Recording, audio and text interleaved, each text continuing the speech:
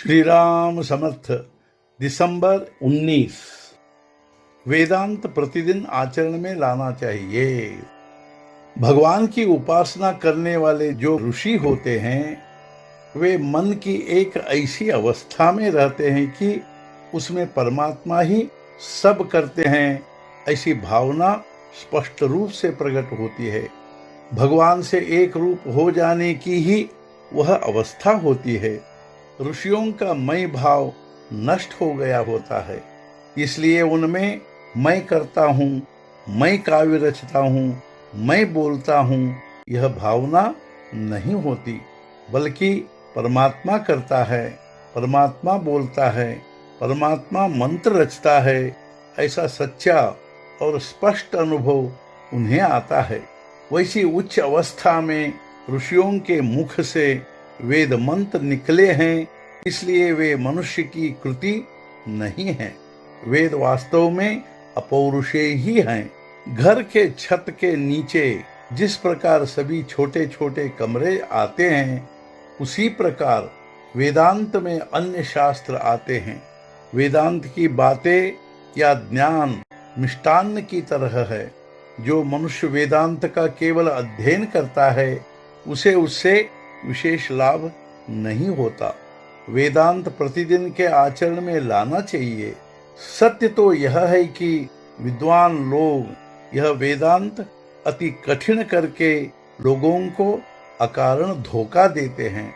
फिर सामान्य आदमी को लगता है कि अरे यह वेदांत अपने लिए नहीं है।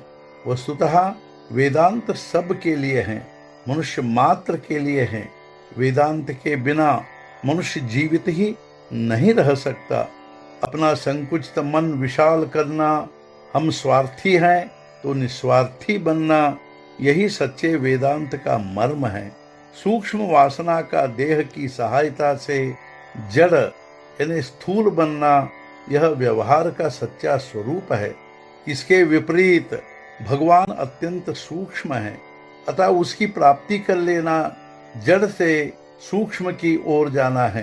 अतः भगवान का साधन भी जड़ से सूक्ष्म की ओर पहुंचाने वाला होना चाहिए।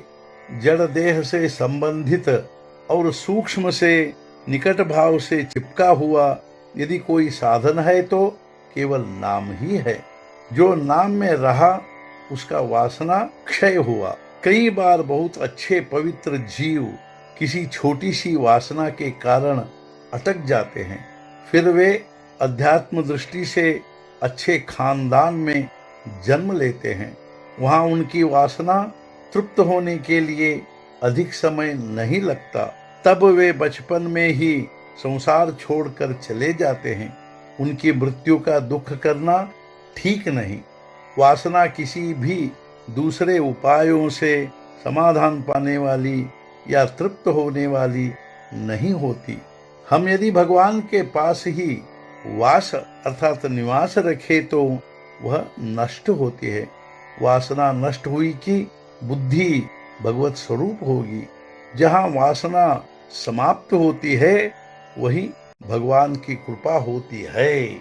आज का मुख्य विचार, प्रत्येक वेद मंत्र के प्रारंभ में हरि ओम होता है, वह नाम ही होता है।